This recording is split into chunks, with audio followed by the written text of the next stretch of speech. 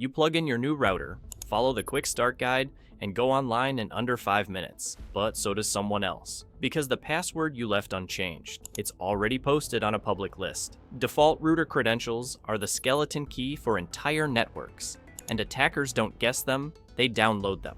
First method, manufacturer default logins. Routers often ship with generic admin credentials like admin/admin, admin/password, or even blank fields. These are public. Thousands of devices use the same combo.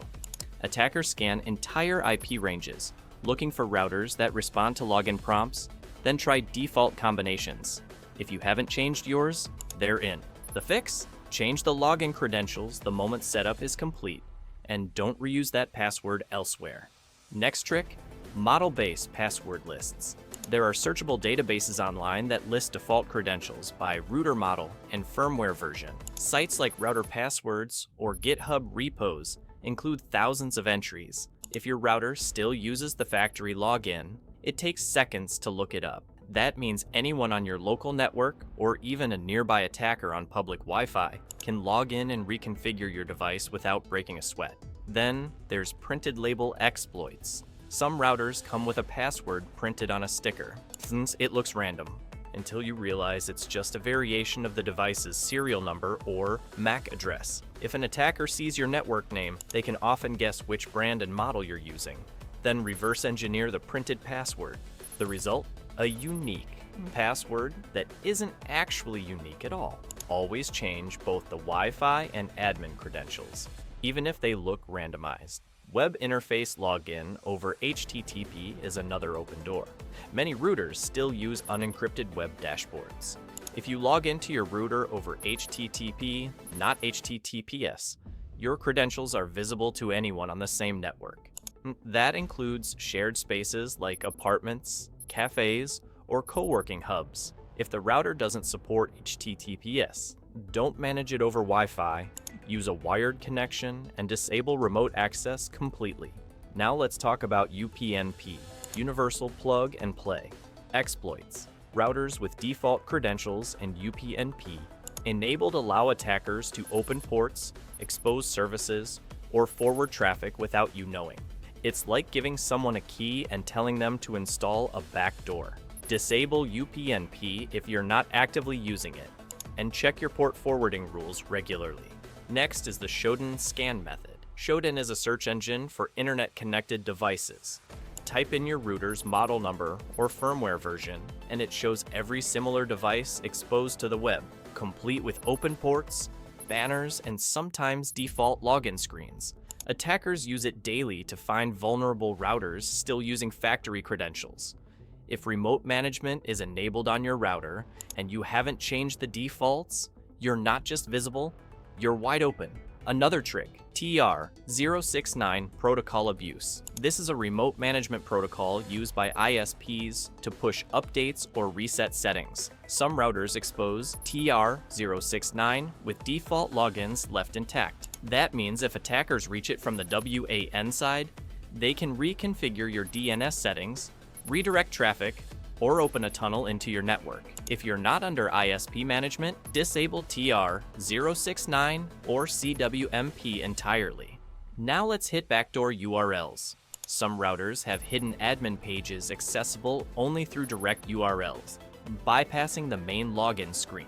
These pages often don't prompt for credentials or reuse session tokens. Combine that with a default password still in place, and attackers can change critical settings without ever logging in the normal way. The fix? Update firmware and always log out of router interfaces when done. Browser autofill. Hijack is sneakier. If your router's login page uses standard HTML fields and your browser saves the admin password, attackers can inject hidden login forms into visited pages, tricking your browser into autofilling router credentials into a malicious site. Keep autofill disabled for router logins, and clear saved passwords for local IP addresses. Here's a physical angle. Retail display units. Some routers sold secondhand, or even bought new, have been plugged in and tested with default credentials. Retailers often reset devices, but don't flash clean firmware. An attacker who previously had access could have added a hidden user or left the default credentials active. Always do a full factory reset, then change all passwords immediately upon setup. Let's talk ISP-specific credentials. Some routers issued by internet providers use default logins shared across entire regions, admin/admin, or support/support. These logins often persist even after customers change their personal password. Attackers with knowledge of your ISP and city can guess what credential tier you're using. Call your provider and ask what credentials exist behind the scenes, and change what they allow you to. Here's another common one: hard-coded credentials. Some routers come with usernames and passwords embedded deep in the firmware. Credentials that can't be changed or removed without replacing the operating system entirely. These accounts are often hidden from the main settings page and used by vendors or ISPs for diagnostics. Problem: attackers who find one vulnerable model can replicate the attack across thousands. Always research your router's model. If hard-coded logins exist, consider flashing custom firmware like OpenWAER-T or replacing the router entirely. Next up, WPSPIN attacks. You might think WPA's Wi-Fi protected setup makes things easier. Press a button or enter a PIN instead of typing a full password. But that 8-digit PIN, it's not secure. Attackers can brute force it in hours or less. Worse, once connected, they can often reach the router's admin page using default credentials. Disable WPS completely. It's not worth the risk. Then there's command injection via default access. Older routers often contain vulnerabilities that allow attackers to input raw commands into URL fields if they're logged in. And if the admin password is still admin, it's game over. Attackers can download malware, enable remote shell access, or install persistent scripts. Fix this with regular firmware updates and non-obvious credentials. No names, no dictionary words, no repeats. Let's talk DNS hijacking through default logins. Once inside the admin panel, attackers can change your router's DNS settings to point to malicious servers. That means even if you type bank.com, you're silently redirected to a fake version, while the address bar still looks fine. Unless you notice the SSL certificate is wrong, you won't suspect a thing. Use encrypted DNS, IDDoH or DOT at the device level, and double-check your router's DNS config monthly. Another overlooked method is the mobile app backdoor. Some router manufacturers offer apps to manage your device remotely. But if the app doesn't enforce strong passwords or uses an API that trusts default credentials, an attacker can connect without needing local access. And many of these apps store session tokens insecurely. Always protect the router's mobile app with two-factor authentication and set strong app passwords, not just the default login.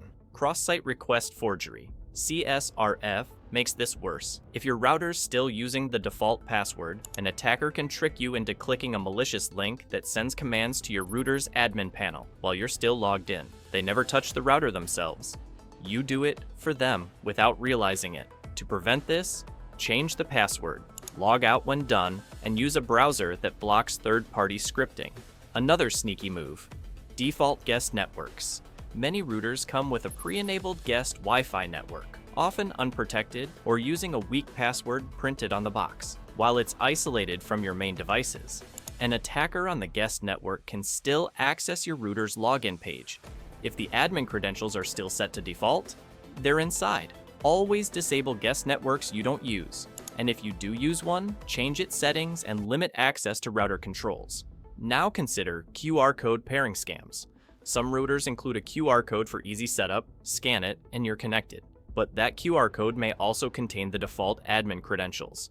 An attacker who finds the packaging or scans the manual online can extract your Wi-Fi and router login details in seconds. Never post images of your router online, and reset any setup codes after installation. Telnet and SSH left open is another major problem. Some routers have these services running silently in the background for remote troubleshooting or diagnostics. If they're accessible from outside your network and still use default logins, Attackers can brute force access and drop into a command shell with root privileges. Disable telnet and SSH unless you're actively using them, and always firewall WAN-facing ports. Now let's talk branded router exploits. Big name providers often ship millions of the same router to customers across the world. That means once a vulnerability or default credential is exposed in one, every identical unit becomes a target. Attackers write scripts that scan the web for known device fingerprints and then test the default credentials automatically.